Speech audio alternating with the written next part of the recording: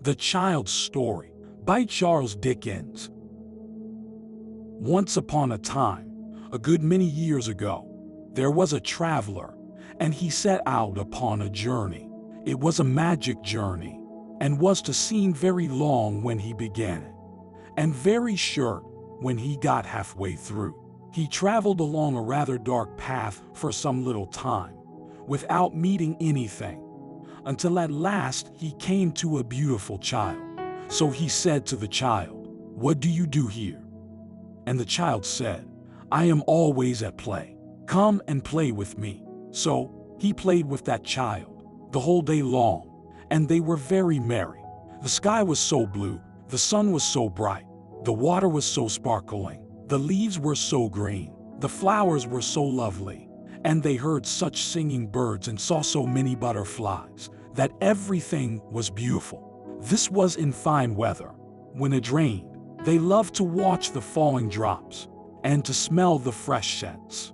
When it blew, it was delightful to listen to the wind and fancy what it said as it came rushing from its home. Where was that, they wondered, whistling and howling, driving the clouds before it, bending the trees, rumbling in the chimneys, shaking the house, and making the sea roar in fury.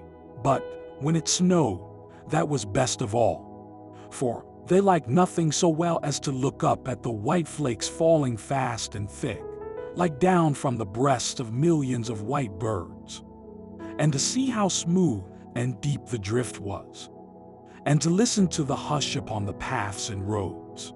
They had plenty of the finest toys in the world, and the most astonishing picture books, all about scimitars and slippers and turbans, and dwarfs and giants and genii and fairies, and blue beards and beanstalks and riches and caverns and forests and valentines and orsons, and all new and all true. But one day, of a sudden, the traveler lost the child. He called to him over and over again, but got no answer. So he went upon his road, and went on for a little while without meeting anything, until at last he came to a handsome boy. So he said to the boy, "What do you do here?" And the boy said, "I am always learning. Come and learn with me." So he learned with that boy about Jupiter and Juno, and the Greeks and the Romans, and I don't know what, and learned more than I could tell or he either, for he soon forgot a great deal of it. But they were not always learning. They had the merriest games that ever were played. They rode upon the river in summer and skated on the ice in winter. They were active afoot and active on horseback, at cricket, and all games at ball. At prisoners' base, hare and hounds, follow my leader, and more sports than I can think of. Nobody could beat them. They had holidays too, and wealth cakes, and parties where they danced till midnight, and real theaters where they saw palaces of real gold and silver arise out of the real earth, and saw all the wonders of the world at once. As to friends, they had such dear friends and so many of them, that I want the time to reckon them up. They were all young, like the handsome boy, and were never to be strange to one another all their lives through. Still, one day, in the midst of all these pleasures, the traveler lost the boy as he had lost the child, and, after calling to him in vain, went on upon his journey. So he went on for a little while without seeing anything, until at last he came to a young man. So he said to the young man, "What do you do here?" And the young man said, "I am always in love. Come and love with me." So he went away with that young man, and presently they came to one of the prettiest girls that ever was seen, just like Fanny in the corner there, and she had eyes like Fanny, and hair like Fanny, and dimples like Fanny's, and she laughed and colored just as Fanny does while I am talking about her. So the young man fell in love directly, just as somebody I won't mention, the first time he came here, did with Fanny. Well, he was teased sometimes just as somebody used to be by Fanny, and they quarreled sometimes just as somebody and Fanny used to quarrel. and they made it up, and sat in the dark, and wrote letters every day, and never were happy asunder, and were always looking out for one another and pretending not to, and were engaged at Christmas time, and sat close to one another by the fire, and were going to be married very soon, all exactly like somebody I won't mention, and Fanny. But the traveler lost them one day, as he had lost the rest of his friends, and after calling to them to come back, which they never did, went on upon his journey. So he went on for a little while without seeing anything, until at last he came to a middle-aged gentleman. So he said to the gentleman, "What are you doing here?" And his answer was, "I am always busy. Come and be busy with me." So he began to be very busy with that gentleman, and they went on through the wood together. The whole journey was through a wood, only it had been open and green at first, like a wood in spring, and now began to be thick and dark, like a wood in summer. Some of the little trees that had come out earliest were even turning brown. The gentleman was not alone, but had a lady of about the same age with him, who was his wife. And they had children, who were with them too. So they all went on together through the wood, cutting down the trees, and making a path through the branches and the fallen leaves, and carrying burdens, and working hard. Sometimes they came to a long green avenue that opened into deeper woods. Then they would hear a very little, distant voice crying, "Father, Father, I am another child. Stop for me." And presently they would see a very little figure, growing larger as it came along, running to join them.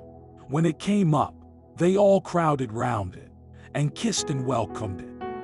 And then they all went on together.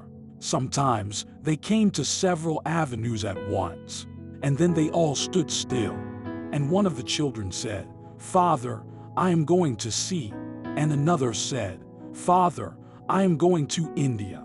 And another, "Father, I am going to seek my fortune where I can." And another, "Father, I am going to heaven." So, with many tears at parting, they went, solitary, down those avenues, each child upon its way. And the child who went to heaven rose into the golden air and vanished. Whenever these partings happened, the traveler looked at the gentleman and saw him glance up at the sky above the trees, where the day was beginning to decline and the sunset to come on. He saw, too, that his hair was turning gray. But they never could rest long, for they had their journey to perform, and it was necessary for them to be always busy. At last, there had been so many partings that there were no children left, and only the traveler, the gentleman, and the lady went upon their way in company. And now the wood was yellow, and now brown, and the leaves, even of the forest trees, began to fall. So they came to an avenue that was darker than the rest, and were pressing forward on their journey without looking down it when the lady stopped. "My husband," said the lady, "I am called." They listened, and they heard a voice a long way down the avenue say, "Mother, mother." It was the voice of the first child who had said, "I am going to heaven." And the father said, "I pray not yet. The sunset is very near. I pray not yet." But the voice cried, "Mother, mother," without minding him, though his hair was now quite white, and tears were on his face. Then the mother, who was already drawn into the shade of the dark avenue and moving away with her arms still round his neck, kissed him, and said, "My dearest, I am summoned, and I go." And she was gone, and the traveler and he were left alone together. And they went on and on together, until they came to very near the end of the wood, so near that they could see the sunset shining red before them through the trees. Yet, once more, while he broke his way among the branches, the traveler lost his friend. He called and called, but there was no reply. And when he passed out of the wood, and saw the peaceful sun going down upon a wide purple prospect, He came to an old man sitting on a fallen tree. So he said to the old man, "What do you do here?" And the old man said with a calm smile, "I am always remembering. Come and remember with me." So the traveler sat down by the side of that old man, face to face with the serene sunset. And all his friends came softly back and stood around him. The beautiful child, the handsome boy, the young man in love, the father, mother, and children. Every one of them was there, and he had lost nothing. So he loved them all, and was kind and forbearing with them all, and was always pleased to watch them all. And they all honored and loved him. And I think the traveler must be yourself, dear grandfather, because this is what you do to us, and what we do to you.